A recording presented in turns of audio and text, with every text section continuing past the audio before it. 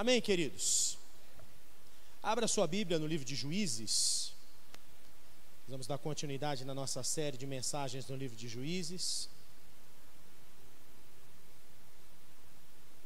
Juízes capítulo 3.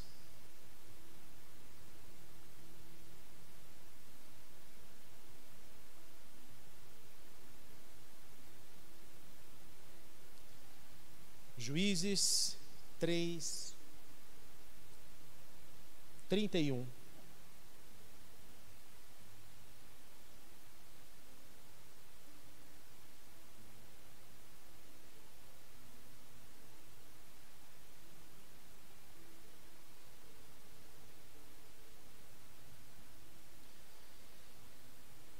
Depois de Eude, Sangar, filho de Anate, libertou Israel. Certa vez ele matou 600 filisteus com um ferrão ou um aguilhão de conduzir bois. Vai agora para o capítulo 5, versículos 6 e 7. Nos dias de Sangar, filho de Anate, e nos dias de Jael, ninguém passava pelas estradas, e os viajantes tomavam caminhos tortuosos. Feche seus olhos por um instante.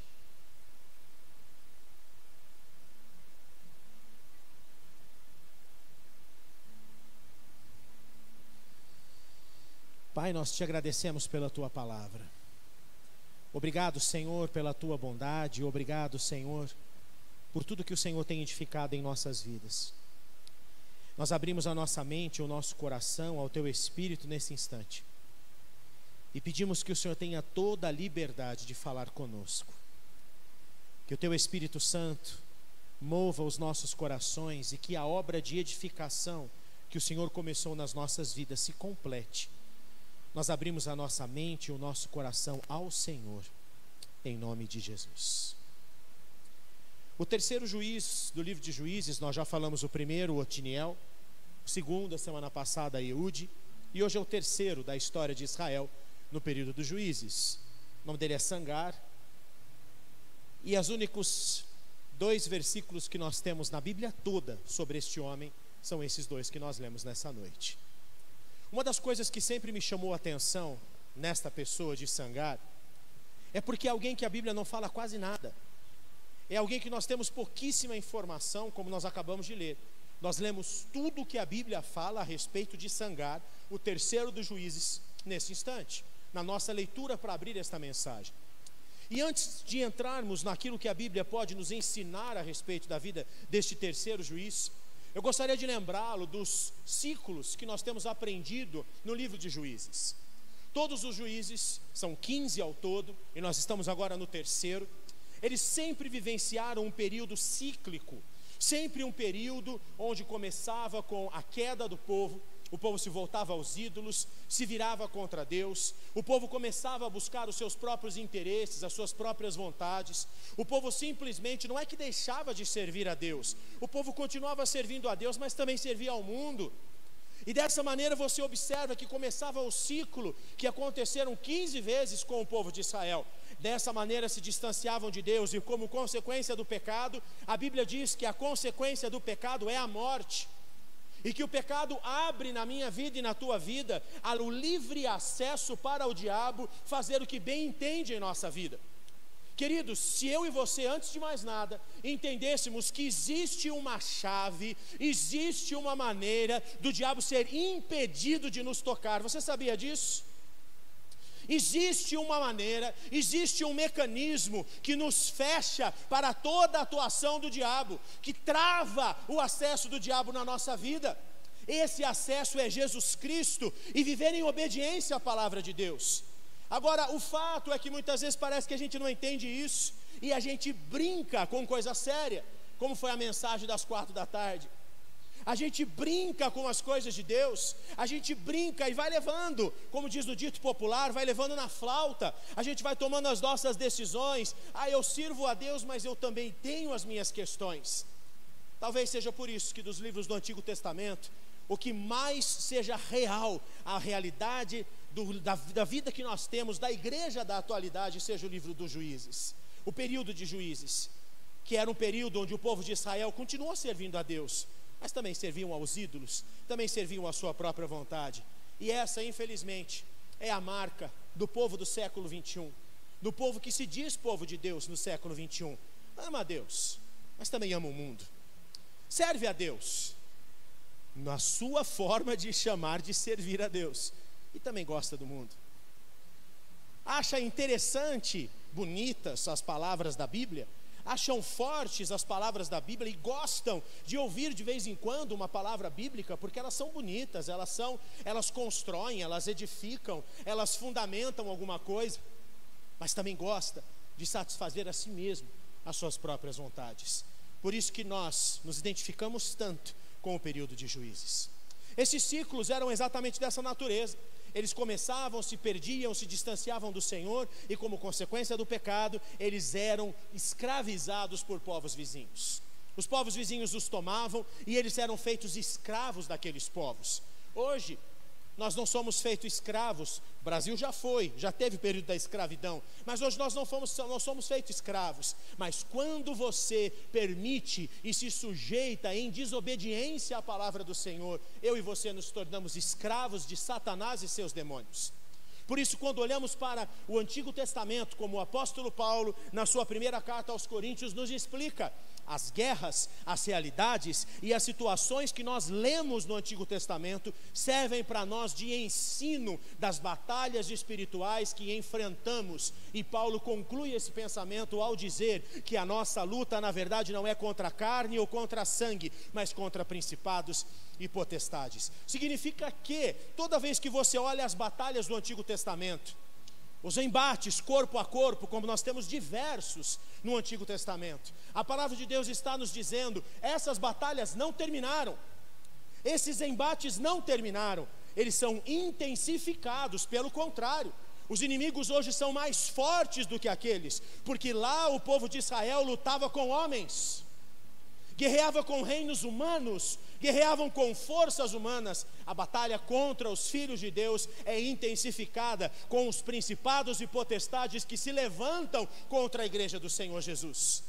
Por isso que Paulo alerta a igreja: olhem para as batalhas, estudem as batalhas do Antigo Testamento e entendam que esses conflitos continuam existindo, mas são mais intensos, são mais mortais, são mais letais, porque o que está em jogo não é a morte física, o que está em jogo é a morte espiritual e eterna.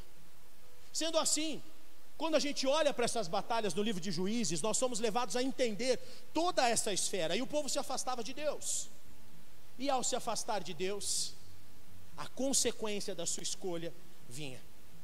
Ao ser feitos escravos pelos inimigos, passavam, e nós vimos, no primeiro foram 8 anos, no primeiro juiz, do Otoniel. No período do segundo juiz, que foi a mensagem do domingo passado, foram 18 anos, debaixo de um domínio, debaixo de domínios do inferno.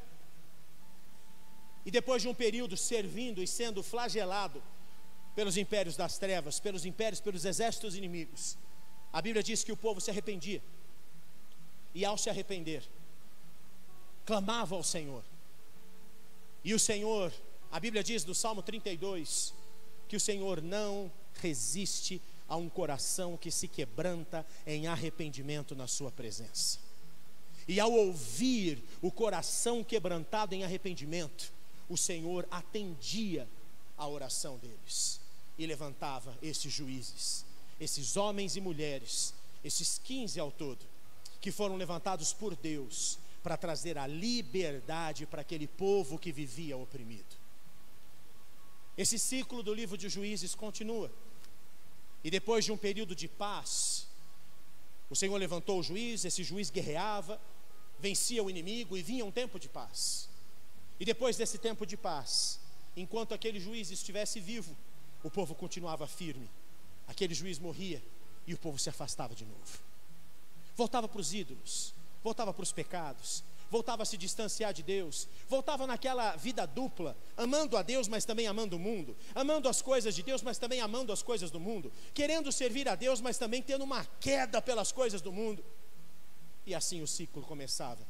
Entende por quê? Eu estou frisando bastante isso nas mensagens, para a gente entender as 15 vezes que isso acontece no livro de Juízes. É sempre cíclico, sempre esse ciclo. E aí eu já te lanço a pergunta para que você reflita nessa noite. Tua vida é cíclica? A tua vida com Deus está nesse ciclo de Juízes? Me afasto de Deus? Adoro a Deus, mas curto as coisas do mundo, gosto das coisas do mundo, me envolvo com as coisas do mundo. Não que eu tenha deixado Deus, mas eu vou me dividindo entre os dois. E no meio disso tudo, a consequência vem, porque a palavra de Deus nos abre os olhos a respeito das consequências. A lei da semeadura e da colheita, o que eu planto é certo que eu vou colher sempre, tenha certeza disso. Aquilo que eu plantar, eu vou colher. Aquilo que você plantar, você vai colher. E o que você vai colher e eu vou colher tem a ver com a natureza da semente, com a qualidade da semente e a quantidade que vem. E com base nisso, será que a sua vida não está num ciclo parecido como o ciclo de Juízes? E aí, ao se afastar do Senhor, você começa a ser afligido e atormentado por demônios. E quando você começa a ser atormentado por demônios, naquele desespero, você se arrepende e clama ao Senhor: Pai, olha para mim. E se o teu arrependimento for sincero, a Bíblia diz que o Senhor olha e vê o nosso coração sincero e ouve a nossa oração. E aí, o Senhor se levanta, luta a nosso favor, vencemos os inimigos, entramos num período de paz, mas daí fraquejamos de novo. Começamos a nos envolver de novo com as coisas da carne, começamos de novo a negligenciar a nossa vida com Deus, começamos de novo a caminhar longe demais da presença de Deus, começamos de novo a nos distanciar de tudo isso, e aí o ciclo começa de novo. Queridos, viver neste ciclo cansa. Viver nesse ciclo cansa. Eu acredito que se você tem vivido nesse ciclo, tem uma hora que cansa. Porque ao mesmo tempo começa a acontecer um conflito dentro de você mesmo. Espera aí, eu sou de Deus ou eu não sou de Deus? Eu carrego a presença de Deus ou não carrego a presença de Deus? Eu preciso me posicionar quanto a Deus, ou eu sirvo a Deus? Aliás, aquela clássica frase do profeta Elias está diante de vocês. Até quando vocês vão ficar titubeando entre dois senhores? Porque no período de Elias, embora não seja mais o período dos juízes, já é o período da monarquia dividida, Reino do Norte, era mais ou menos a mesma postura. As pessoas não deixaram de queimar os sacrifícios que a lei de Deus exigia. As pessoas não deixaram de adorar a Deus. As pessoas não deixaram de fazer essas coisas. Elas continuaram fazendo essas coisas. Só que elas passaram a cultuar Baal também.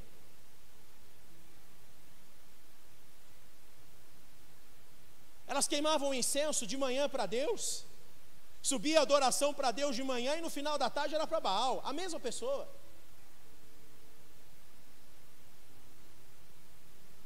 Trazendo para a nossa realidade, levantava a mão cantando na igreja e saía do culto, estava em sujeira moral, sujeira sexual. Vem no culto, adora, chora, se posiciona diante de Deus, fala um monte de palavras bonitas para o Senhor, sai por aquela porta para satisfazer as suas próprias vontades. Leia a palavra de Deus e sente o Espírito Santo falando com você e direcionando a sua vida. Isso foi para mim, essa palavra foi para mim, mas sai por aquela porta e começo a confabular comigo mesmo, a pensar comigo mesmo. Que palavra grosseira, quem pensa que é para falar desse jeito? Onde já se viu falar desse jeito? Um pastor ou uma pastora, isso não é frase para estar na boca de um pastor, isso não é modo de se falar, deveria ser falado de outra forma. Está aqui, levanta a mão, adora, chora, vem no altar, pede para orar. Mas sai por aquela porta, tem aquela língua que se for dobrar,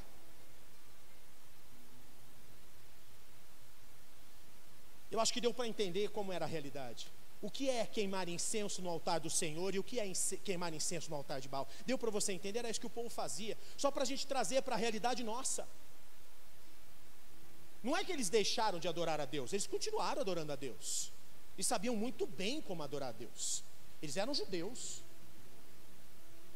Um bom judeu, aos 13 anos de idade, principalmente os meninos, sabe a Torá de cor, sabe os 5 primeiros livros da Bíblia de cor. Então eles sabiam muito bem. Eles não tinham sido deixado de aprender as coisas de Deus, eles sabiam. Eles sabiam da Páscoa, eles sabiam da festa dos tabernáculos, eles sabiam da festa de Pentecostes, as 3 principais. Eles sabiam como celebrar essas festas. Eles sabiam como levar os sacrifícios exigidos pela lei pelos pecados. Sabia como fazer isso. Olha, para esse tipo de pecado é o corneiro, acabei de inventar um bicho novo. Para esse tipo de pecado é o cordeiro, para aqueles são 2 pombinhas, para aqueles são 2 rolinhas, para esse você traz, se a família for muito grande, junta e traz uma coisa só, se a família for pequena, junta com o vizinho e traz uma oferta só. Todos eles sabiam, eles eram craques nisso, eles eram judeus, eles sabiam o que eles estavam fazendo. Mas no meio de uma adoração e outra ao Senhor, no meio de uma festa e outra ao Senhor, batia um tamborzinho para Baal. No meio de uma celebração e outra para o Senhor, queimavam os seus sacrifícios para Baal. Entre um sábado e outro, corriam para as imagens de Baal, se prostravam diante das imagens de Baal e o adoravam. Queridos, se você ainda não entendeu como o livro de Juízes é atual para nós, como a gente se perde nessa vida dupla de sirvo a Deus, mas amo o mundo, sirvo a Deus, mas amo o mundo. Aliás, Jesus define isso da melhor maneira que alguém poderia definir. Quando Jesus fala que Ele é o amor. Aliás, se você quer entender o reino de Deus e o amor de Deus, leia, medite, decore e estude João 15, 16, 17 e 18. Você vai entender quem é Jesus e o que é o amor de Deus. E o próprio Jesus diz nesses textos, e depois o apóstolo João na primeira carta repete as palavras de Jesus: aquele que diz que ama ao Senhor, mas não o obedece, é um mentiroso, e o amor de Deus não está nele. Não são palavras minhas, antes que você saia chateado que eu falei palavras meio grosseiras. São palavras do apóstolo João, o apóstolo amado, na primeira carta de João. Ele fala desse conflito de gente que ama a Deus, mas também ama o mundo. E ele diz bem claro, Jesus no Evangelho de João e depois o apóstolo João, repetindo os pensamentos e as palavras de Jesus na carta, na sua primeira carta: se você diz que ama o Senhor, mas não o obedece, o amor do Senhor não está em você. E se você diz e vive como quem ama o mundo, o amor de Deus não está em você, porque são 2 polos opostos. Sabe quando você troca a pilha das coisas? Não tem o polo negativo e positivo, você trabalha com esses negócios lá, não tem? Polo positivo e polo negativo, não tem isso? Se você coloca a pilha do lado contrário, o negócio não funciona.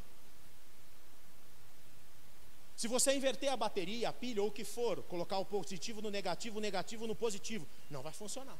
Tem um jeito certo de colocar, porque o positivo e o negativo nunca se encontram. O positivo e o negativo nunca concordam. O positivo e o negativo, até na lei da física, são polos opostos. Com o reino de Deus é a mesma coisa. O amor ao mundo e o amor ao Senhor jamais andam de mãos dadas. O amor à carne, o amor às suas próprias vontades e o amor ao Senhor jamais andam de mãos dadas. São polos opostos. Eles nunca vão conversar, eles nunca vão andar de mãos dadas, nunca vai haver negociação, nunca vai haver estar juntos. São polos opostos. Por isso, quando nós olhamos para essas histórias dos juízes e nós vemos na vida desses homens este ciclo, tem uma hora que a gente precisa olhar para os ciclos da nossa vida e dar um basta nisso. Tem uma hora que a gente precisa ver que a gente está sempre nos altos e baixos, nos altos e baixos, nos altos e baixos. Tem hora que a gente ama o Senhor, tem hora que a gente acha Ele legal, mas ama mais o mundo, e aí a gente volta a amar o Senhor. Mas aí a gente volta a achar o mundo mais legal, mas daí a gente volta a amar o Senhor. Tem uma hora que a gente tem que amadurecer e tem que se posicionar nisso. Cansa viver nesses ciclos. Cansa viver nesses ciclos intermináveis, e esses ciclos intermináveis vão acabar te levando para o inferno, com a falsa sensação de que está tudo bem. Tem muita gente que acha que ser cristão é como quando você compra. Aqui vai todo mundo ficar com saudade, né? Porque tem uma coisa que todo mundo faz tempo que não vai, no cinema. Tem gente que acha que ser cristão é igual você comprar a entrada do cinema. E a hora que você chegar, você entra na sala, não é? Você chegou atrasado, o problema é só seu. O filme começou, mas você entra. Você tem acesso, você pagou por aquele acesso. Ninguém em cinema nenhum vai barrar você. Você vai tomar um na sala de cinema, né? Porque você chegou atrasado, vai ficar passando para achar a cadeira e vai ficar tampando a legenda do povo que está lá, chegou na hora e está lendo, né? E aí tem sempre aqueles atrasildos que ainda quer sentar no meio. Está cheio de cadeira nas beiradas esperando incomodar os outros, ele quer sentar no meio. Aí ele fica, dá licença, e o filme rodando. A pessoa assistindo, tentando ver legenda, não sei o que, aí você desfilando. Isso quando não entra com aquele saco de esfirra do Habib's.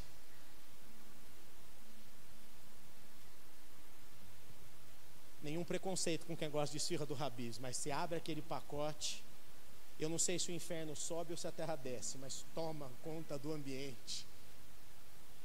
O ar fica palpável, você pega o ar. E o povo insiste em levar a esfirra do Habib's para o cinema. Gosta de esfirra do Habib's? Deus te abençoe, querido, vou orar por você, mas come em casa, não abre no cinema. É ruim demais o cheiro daquilo. Enfim, tem muita gente que acha que salvação é como o ticket do cinema que você comprou. Está garantido. A hora que eu resolver, eu volto, eu entro e está tudo certo. Na parábola das 10 virgens, o Senhor Jesus fala de 10 virgens. E é interessante que as 10 eram virgens. Pastor, por que não está meio redundante isso? Não. Porque ele fala de virgens prudentes e imprudentes, mas as 10 eram virgens. Não eram 5 virgens e 5 moças imorais. Não eram 5 virgens e 5 moças que não estavam nem aí com nada. Eram 10 virgens. Só que um grupo ele chama de virgens prudentes e o outro ele chama de virgens imprudentes. E por que Jesus faz isso? Porque se as 10 eram virgens, as 10 estavam esperando o casamento.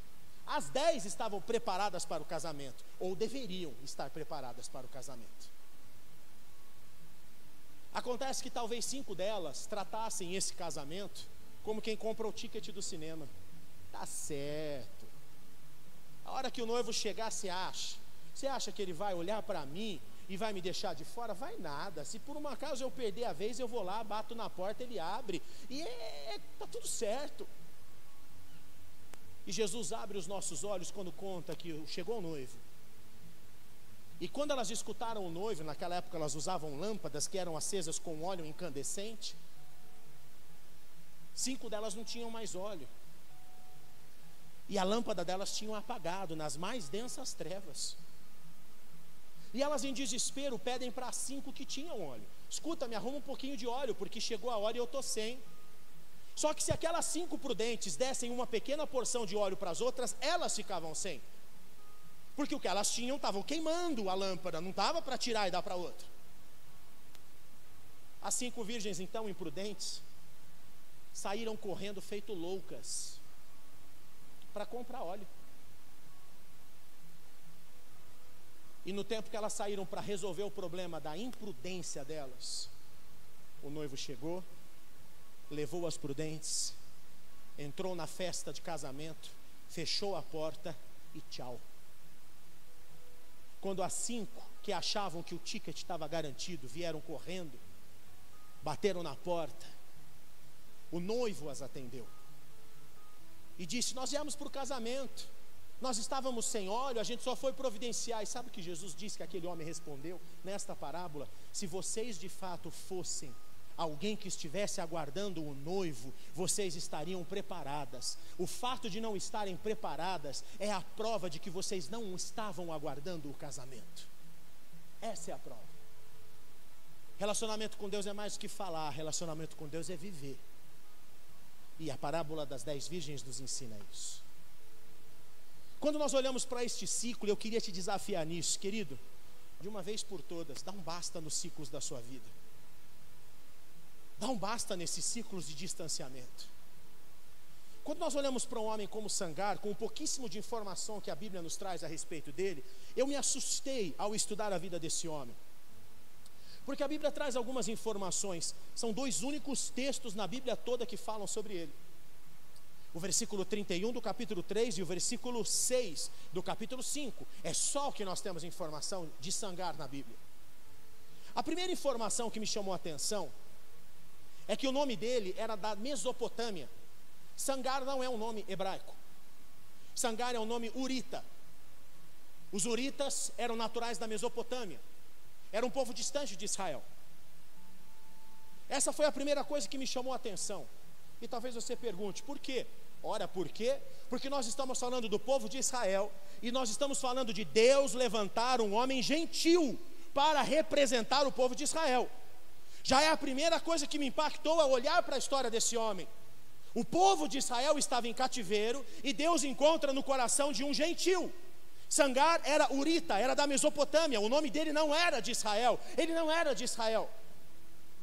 Me chama a atenção, ele era contemporâneo de Débora e Baraque, que por sinal é a mensagem da semana que vem, que são os próximos juízes. Ele viveu na mesma época deles.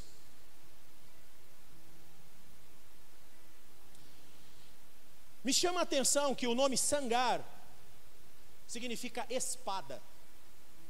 O significado do nome desse urita, natural da Mesopotâmia, significava espada. Guarda essa informação. O texto diz que ele era filho de Anate. São as pouquíssimas informações que nós temos na Bíblia. E aí o significado de Anate também é uma chave para compreendermos o porquê a história deste homem está impressa nas Sagradas Escrituras. Anate, há uma dupla informação sobre o que seria este nome. Alguns historiadores afirmam que Anate era o nome de uma entidade, de um deus da Mesopotâmia. Alguns dizem que Anate era de fato o nome do pai daquele homem. Se é uma coisa ou outra, a revelação da palavra de Deus já é fantástica. Se ele era chamado de filho de Anate porque era adorador, tinha sido adorador de um deus pagão, já se torna fantástico, porque o Senhor o resgatou, um gentil, da idolatria e o levantou como libertador de Israel. E se Anate era o nome do pai dele, da mesma forma, se torna interessante. O mais interessante é que a palavra Anate, no hebraico, significa resposta.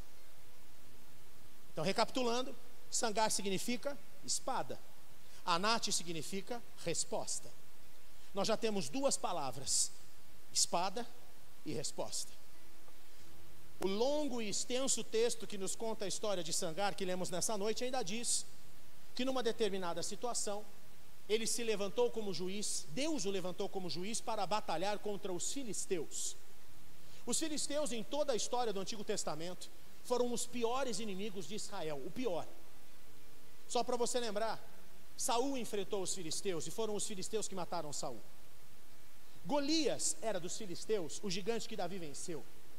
O calcanhar de Aquiles, a vida inteira de Davi nos seus 40 anos de reinado, foram os filisteus. Sansão liderou o povo, nós vamos estudar sobre Sansão quando chegarmos lá mais para frente, também liderou o povo de Israel contra os filisteus. Os filisteus foram o pior inimigo que Israel teve em todo o Antigo Testamento. E Sangar é o primeiro homem de Deus, que Deus levanta contra o primeiro conflito que acontece contra os filisteus. O de Sangar é o primeiro conflito dos filisteus contra Israel. Até então os filisteus não tinham se levantado contra Israel. Em Sangar foi o primeiro. E o texto diz que num determinado dia, Sangar, cujo nome significa espada, filho de Anate, cujo nome significa resposta, se levantou, pegou um aguilhão de bois. Você sabe o que é um aguilhão de bois? Um aguilhão de bois, ele tem 2 partes. Ele é um instrumento de aproximadamente 2 metros, 2,5 metros, tem uma variedade do tamanho. Ele tem 2 partes. O aguilhão desta época, ele era uma parte presa no boi, era amarrada no boi, e a outra parte do aguilhão, ela era para trás, porque ela tinha a função de limpar a terra por onde o boi passasse. Ou seja, o aguilhão, conforme o dono do boi fosse guiando aquele boi, o aguilhão dava condição para o dono do boi virar o boi para onde ele quisesse. O boi é conhecido pela sua força. Aliás, o búfalo africano é um dos animais mais fortes da face da terra. O boi é reconhecido pela sua força. E os agricultores usavam a força do boi para facilitar o trabalho no campo. E sendo assim, o aguilhão proporcionava isso. Mas não adianta nada você ter um animal desenfreado na força dele. Você precisa canalizar a força daquele animal para fazer o que você deseja que seja feito. Era isso que o aguilhão fazia. O aguilhão então centrava a força do boi, e o dono do boi guiava o boi para onde ele queria, e assim ele usava a força do boi a serviço da agricultura, do pasto dele, da plantação dele. E ao mesmo tempo que o boi, esse aguilhão prendia, esse aguilhão também abria cavidades na terra, para abrir lugar para que fosse semeado as sementes do que quer que ele plantasse. O aguilhão do boi era uma ferramenta muito utilizada em Israel nesta época, e nas épocas seguintes também. A força da economia de Israel estava na agricultura, e sendo assim, era indispensável que um dono de terras, um agricultor, tivesse bois e tivesse um aguilhão. E o texto diz que num determinado dia, Sangar, o tal homem que o nome dele significa espada, pegou um aguilhão de bois e matou 600 filisteus. Uma informação importante que você precisa saber sobre os filisteus é que eles eram o exército mais avançado da terra naquela época. A história e a Bíblia conta que os filisteus eram conhecidos por ter um exército extremamente avançado nas suas armas e nas suas estratégias bélicas. Para você ter uma ideia, eles eram especialistas no trabalho com ferro. Portanto, eles eram o único exército do mundo conhecido que tinham armas de ferro, que sabiam manusear o metal, nenhum outro. Os outros lutavam com espadas de madeira, tinham as suas armas com madeira, porretes com madeira. Os filisteus não. Os filisteus, eles tinham armamento pesado com metal. Essa era a qualidade deles, e eles eram diferenciados por isso. Aproximadamente 200, 300 anos depois dessa situação com Sangar, quando eles estão enfrentando o exército de Saul, a Bíblia deixa registrada que só 2 pessoas em Israel tinham armas de metal, o rei e o filho do rei. Só para você entender quem eram os filisteus. E o texto diz que esse tal homem, Sangar, cujo nome significa espada, derrotou 600 filisteus com um aguilhão de bois. A Bíblia para neste ponto. E depois Débora, no capítulo 5 de Juízes, ela compõe uma música de vitória, uma celebração de vitória. E no meio dessa canção de Débora, ela volta a citar Sangar, contemporâneo dela. É interessante que o versículo que está falando de Sangar, que lemos no início da mensagem, ela faz questão também de citar uma outra gentia, Jael.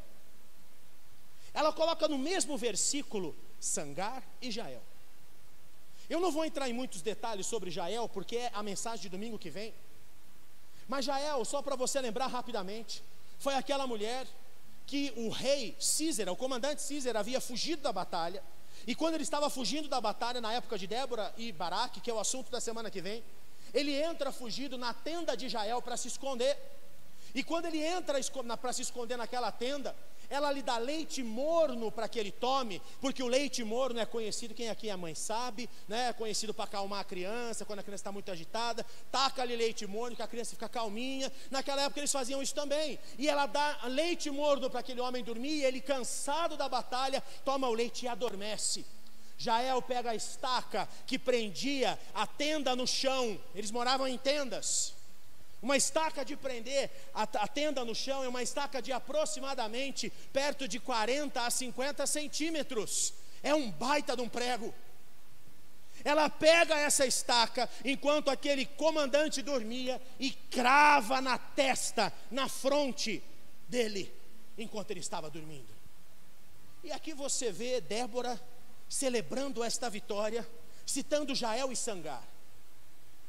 Me chamou a atenção que Débora está agradecendo e adorando a Deus, porque Deus levantou e trouxe livramento para Israel através de 2 gentios. Sangar era da Mesopotâmia e Jael era descendente do sogro de Moisés. E o texto no Cântico de Débora diz que algumas coisas marcaram a existência de Sangar. O texto diz que as ruas na época deles eram extremamente violentas. As pessoas tinham medo de andar nas ruas. Na época de Sangar e de Jael, Débora canta, escreve no Cântico do capítulo 5. E no versículo 7, ela descreve que pela graça e misericórdia do Senhor, esses que foram levantados como juízes de Deus para trazer a libertação para Israel, mudaram a realidade da violência que havia nas ruas da cidade. Sendo assim, queridos, junto a essa informação, já estou caminhando por fim, agora a gente vai fechar tudo. Quando a Bíblia apresenta que o nome dele significa espada, que ele era filho de alguém que simbolizava, e o nome simboliza a resposta, só me leva a montar uma frase que resume a vida de Sangar. A resposta contra os inimigos era a espada. A resposta contra os inimigos era a espada. Mais uma vez, se você pegou a mensagem da semana passada de Eude, se não, assista e pegue, anote os pontos. Mais uma vez, o livro de Juízes traz para nós o significado da espada, da palavra de Deus. Mais uma vez, ele levanta um homem, ele levanta um pagão que se converte ao Senhor, ele levanta um ímpio, ele levanta alguém que foi mudado a sua história, um que era gentil, e o nome daquele homem não era por acaso, simbolizava a espada, e a chave, a resposta para a libertação do povo de Israel, mais uma vez, estava na espada. A espada simboliza aquela que tem 2 gumes, aquela que é a palavra de Deus, aquela que afronta o inimigo, aquela que destrói o inimigo, aquela que derruba o inimigo, aquela que destrói os principados e potestades e traz a vitória em nome de Jesus. Mais uma vez, o livro de Juízes nos mostra a resposta que eu e você precisamos contra os nossos inimigos, é a espada da palavra de Deus. Hebreus capítulo 4, a palavra é como espada, é como uma adaga de 2 gumes, ela corta, ela vai profundo, ela sabe separar juntas e medulas. Efésios capítulo 6, a armadura de Deus, a nossa arma de ataque é a espada do Espírito, é a palavra de Deus, e com ela eu avanço, e com ela eu derroto os inimigos em nome de Jesus.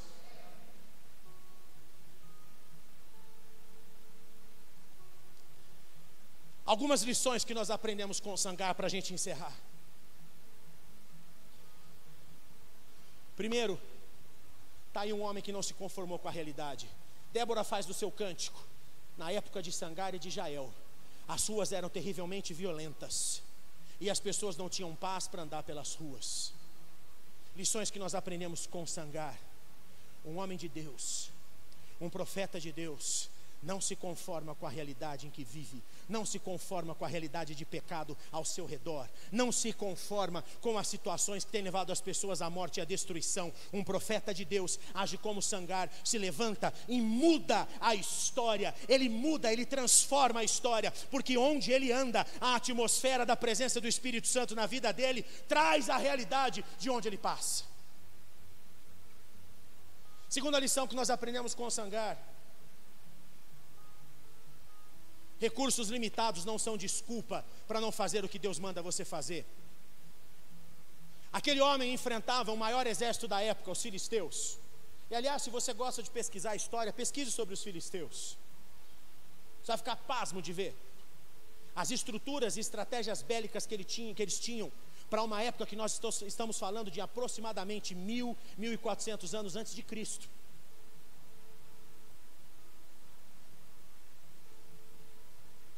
Recursos limitados. Sangar nos ensina que recursos limitados não são justificativa para não fazer o que Deus confiou nas nossas mãos. Aquele homem enfrentou o maior exército da época com um pedaço de madeira usado para cuidar de boi. Aquele homem derrotou 600 filisteus com um pedaço de madeira.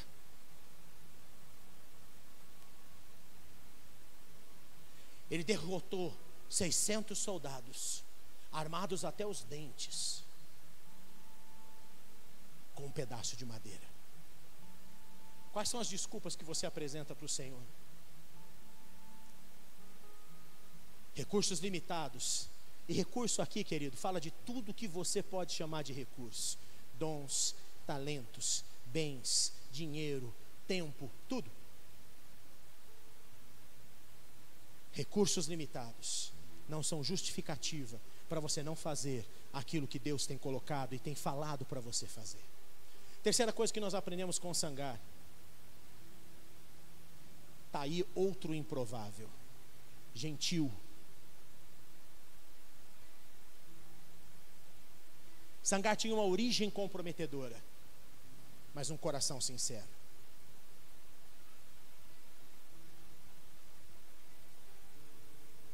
Se tem uma coisa que o Senhor nunca exigiu, e a prova disso são os 12 discípulos: apresenta as suas credenciais, de que família você veio. Quem faz isso são os bobos dos seres humanos. Aqui na nossa cidade tem esse costume, né? De que família você é, de que família você é, de que família você é. Quando a gente mudou para cá, Milese, não conheço nenhum Milese.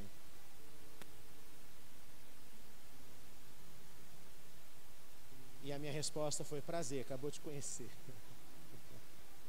Somos de uma dinastia.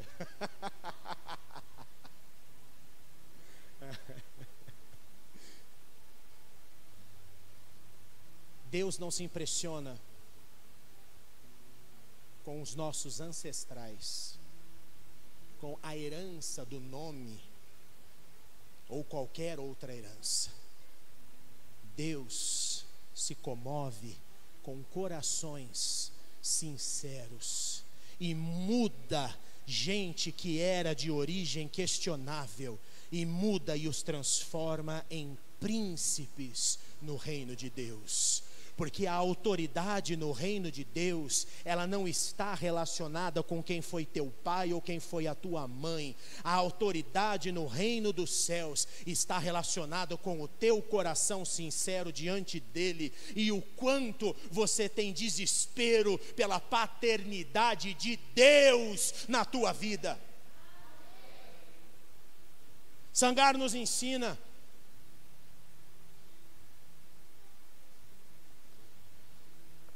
que nunca se deve se queixar de não ter uma espada e uma lança para se matar os filisteus. Sangar nos ensina a não ser queixoso, mas usar aquilo que eu tenho nas mãos para fazer aquilo que Deus mandou que eu fizesse. O que eu tenho nas mãos? Um aguilhão de bois, pois se é isso que Deus quer que eu faça, eu avanço contra o exército inimigo. E com um pedaço de madeira, ele matou 600 soldados do exército inimigo. Sangar nos ensina. Está cheio de gente que não se levanta contra os inimigos da tua própria vida. Eu não tenho espada, eu não tenho lança, como é que eu vou matar? O inimigo é muito grande, o inimigo é muito forte, o inimigo não sei o quê, eu não tenho forças, eu não consigo, eu estou desanimado, e não dá, e não dá, e não dá. Se Sangar ficasse nessa lamúria, o nome dele não estava nem constando como os dos juízes de Israel. Mas Sangar, Deus disse que iria me dar a vitória dos filisteus, e com um pedaço de madeira, com um aguilhão de bois, ele avançou contra o inimigo. Porque a força, meu irmão, não sei se você não entendeu ainda, a força não está na arma que eu carrego, a força está na presença que eu carrego. E esse homem estava cheio da autoridade de Deus. Sangar nos ensina a ter coragem persistente. Talvez um dos tipos mais que a gente tem na igreja de crente é o crente hard.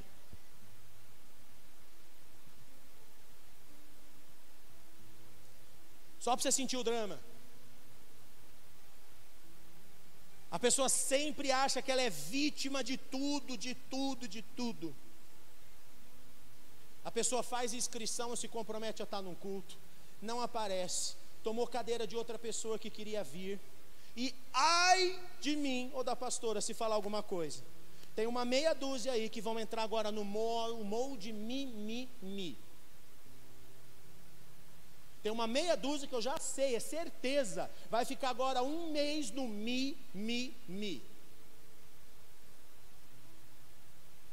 Não precisava ter falado desse jeito, não é assim que fala, não é com essa palavra desse jeito que precisava falar, poderia até falar estas coisas de uma outra maneira, porque um líder, como é que é a frase que todo mundo gosta de postar? Engraçado que da noite pro dia todo mundo virou líder. Um líder corrige no secreto e elogia. Elogia na frente e corrige no secreto. Todo mundo da noite pro dia virou líder. Engraçado que não lidera nem a casa, nem os próprios filhos, mas quer dizer como que um líder tem que agir. E aí entra no molde do mimimi. Aqui na nossa igreja, quem já é da igreja já sabe. Se entrou no mimimi, você vai ter dois trabalhos: mimizar e desmimizar, e tudo sozinho, porque ninguém aqui toca tambor para maluco dançar, tá? Você mimizou, já sabe que você vai entrar no outro estágio, do desmimizar, porque uma hora tem que crescer. A postura deveria ser outra. Pastor, me perdoe, eu marquei, aconteceu um imprevisto, a sobrancelha do meu cachorro inchou e eu não pude vir no culto. Tem gente que posta, né, quando tem aquelas provas do Enem, tem gente que coloca as pérolas do Enem. Pastor, devia. Eu ainda vou fazer isso. Eu ainda vou reunir as pérolas do ministério pastoral. Tem gente que tem, deve ser, sei lá de que tipo de família, porque tem umas 60 avós. Cada compromisso morreu uma. Tem umas 60 avós. Ai, pastor, não vou poder fazer isso porque minha avó morreu. Ô, querido, as duas primeiras vezes a gente acreditou. A hora que a gente começou a ver, meu Deus, quanta avó tem esse cara?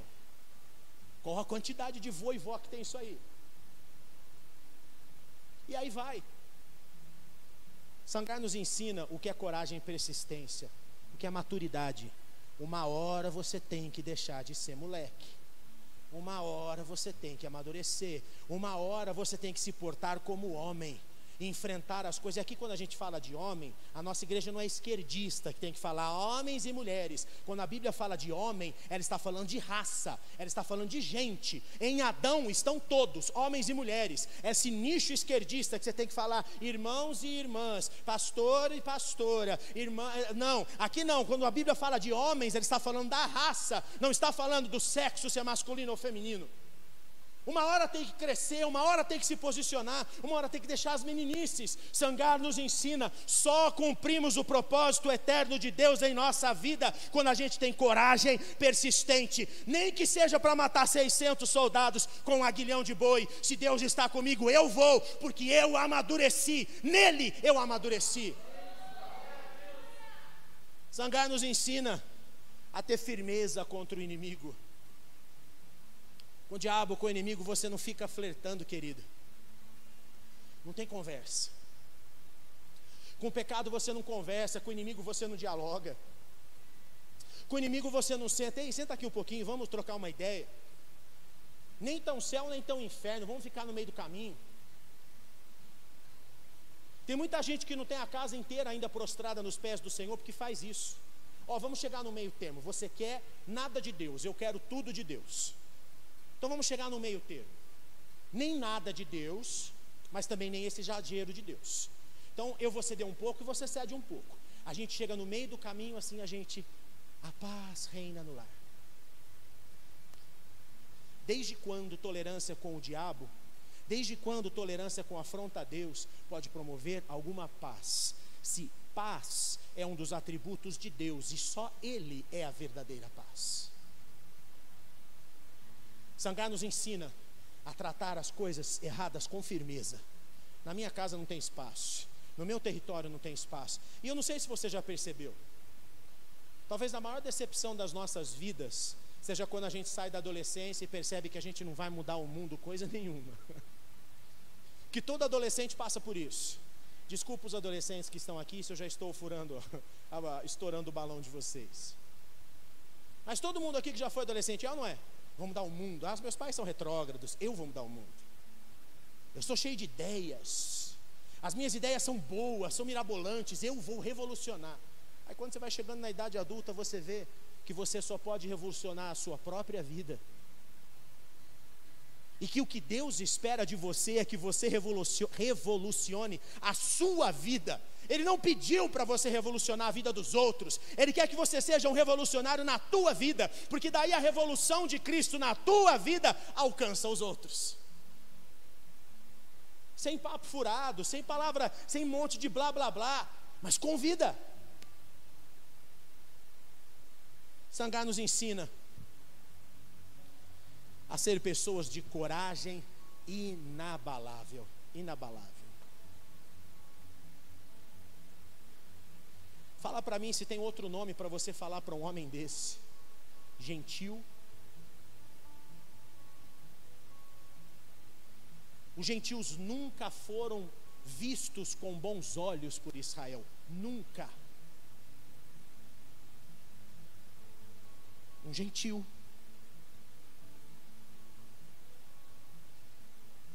Não podemos afirmar se ele era agricultor pelo fato de ter acesso a um aguilhão de bois. Tem gente que fala que sim, mas não dá para provar. Que se levanta como libertador de Israel e pega um pedaço de pau para lutar com o maior exército da época. Se existe uma palavra que descreve esse homem, é coragem inabalável. Deus disse, Ele vai fazer. Eu sou só o instrumento. O segredo não está em mim. O segredo não está no aguilhão. O segredo está nele. E Sangar foi para cima e trouxe a libertação de Israel. Uma história curta, uma história resumida, mas que nos ensina padrões de como funcionam as coisas no reino de Deus. Padrões para crescer, padrões para sair dos ciclos que eu falei no início da mensagem, que a gente vira e mexe e volta nos mesmos ciclos, os mesmos ciclos. O convite do Senhor para você hoje é hora de crescer, filho. É hora de crescer. É hora de parar de brincar. Você já passou da idade disso. É hora de lembrarmos do texto de Paulo. Quando eu era menino, eu fazia coisas de meninos, eu falava como menino. Hoje eu me tornei homem.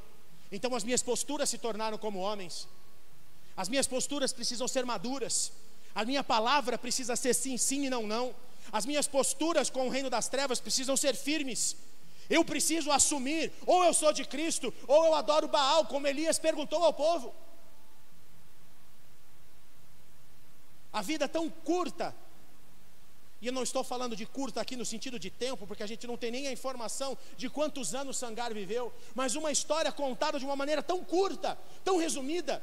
Aliás, a Bíblia tem mais informação de Jabez do que de Sangar.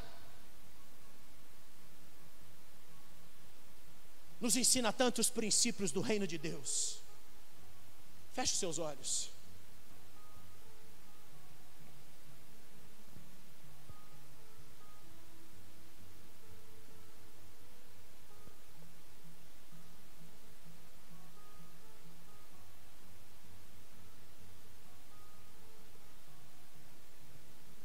O convite do Senhor para você hoje é: filho, é hora de crescer.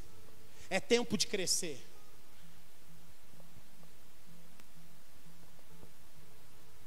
É tempo de ter posturas maduras. É tempo de enfrentar o inimigo com coragem. É tempo de ser destemido. É tempo de usar os recursos que Deus colocou nas suas mãos, E para de usar desculpas que os recursos são poucos, são pequenos, que você não tem tempo, que você não tem talentos, que você não tem dons, que você não tem dinheiro. Você tem coragem de dizer isso? Quando nós acabamos de ver a história de um homem que enfrentou o exército mais bem armado da época, com um pedaço de pau.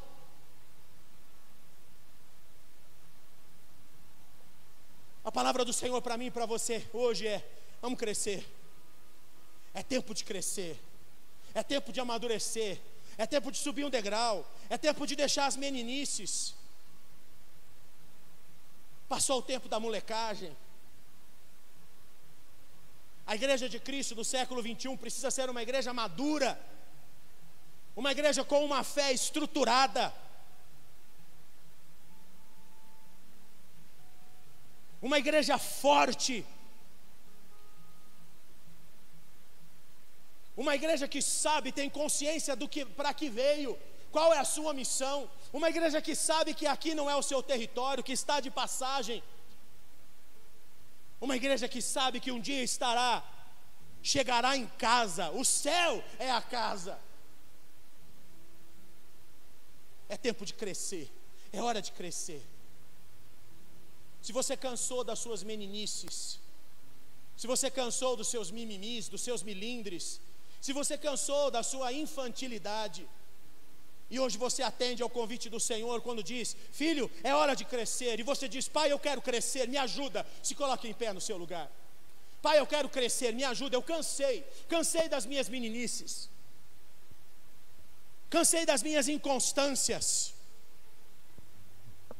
Senhor, me perdoa, eu tenho tratado o reino de Deus com tanta molecagem, eu tenho tratado as coisas de Deus com tanta molecagem, a presença de Deus em mim, na minha casa, o compromisso com a igreja.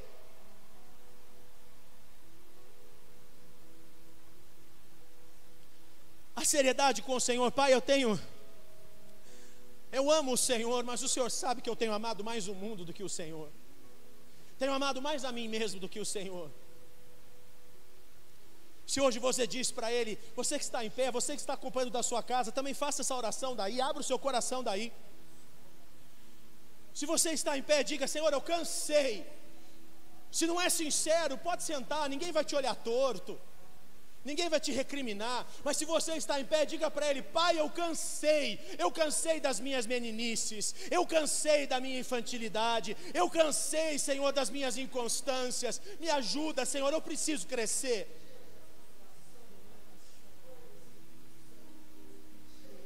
Senhor, me perdoa, eu cansei de sempre titubear, eu abro a boca para dizer que sou cristão,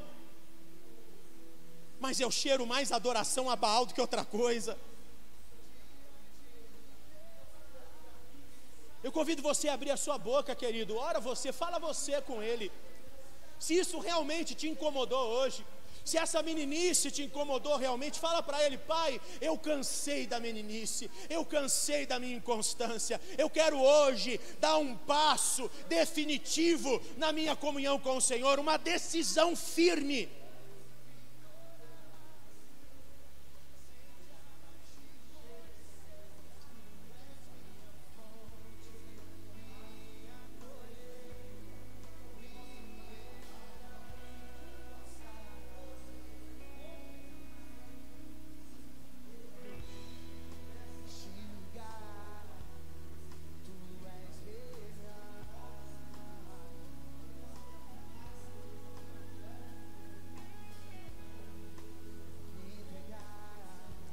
Fala com Ele, fala com Ele, abre o teu coração, fala quais são as meninices que o Espírito Santo trouxe à tua mente nessa noite. Coloca nome nas coisas, coloca nome nas coisas. E agora, querido, começa a dizer ao Senhor quais são os seus posicionamentos. Se a tua decisão é crescer, no que você se posiciona? Crescer é decisão. Eu não estou falando de crescer biológico. Está cheio de moleque no corpo de homem de 50 anos. Eu não estou falando de crescer biológico. Crescer é decisão. Crescer é decisão. Você decide crescer, você decide amadurecer. É assim até na nossa vida, em todas as áreas. Se você decide crescer, diga para Ele quais são os posicionamentos, quais são os compromissos que você assume com o Senhor. Fale, você e Ele, é só você e Ele.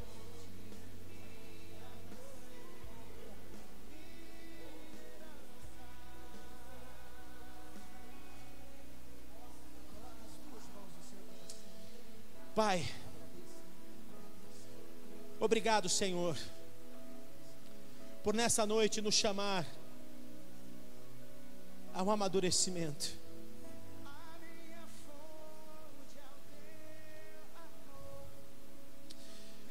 Pai, cansamos de ser criança, Senhor, entrando de ciclo em ciclo. Como o Senhor Jesus disse, como a porca que volta para o vômito, como o cachorro que volta para o vômito e a porca que volta para a lama depois de ter sido lavada. Senhor, nós cansamos dos ciclos de inconstância em nossas vidas. Obrigado porque nessa noite o Teu Espírito Santo nos chacoalha e nos chama. É hora de crescer. Até quando vocês vão insistir nessas meninices? E nessa noite nós nos prostramos diante do Senhor e nos levantamos com um posicionamento firme e sério diante do Senhor. Pai, nós decidimos crescer. Hoje nós decidimos crescer. Romper com a nossa inconstância, romper com a nossa apatia, romper com a nossa meninice, romper com a nossa infantilidade, romper com sempre querendo, com o nosso hedonismo, sempre querendo agradar a si mesmo e sempre fazendo aquilo que nós gostamos. Pai, hoje nós nos levantamos e nos posicionamos para crescer. Para crescer.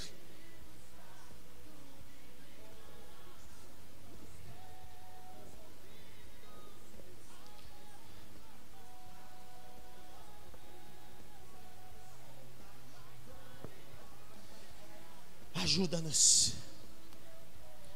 Ajuda-nos. Em nome de Jesus.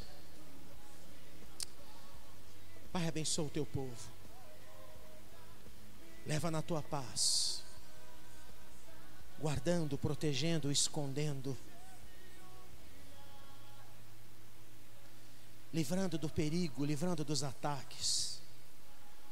Que a Tua presença cerque cada um dos Teus filhos e que cada um dos posicionamentos que cada um de nós tomou diante do Senhor nessa noite sejam colocados em prática a partir deste momento, porque sabemos que assim estaremos autorizados pelo Senhor a crescer, a amadurecer.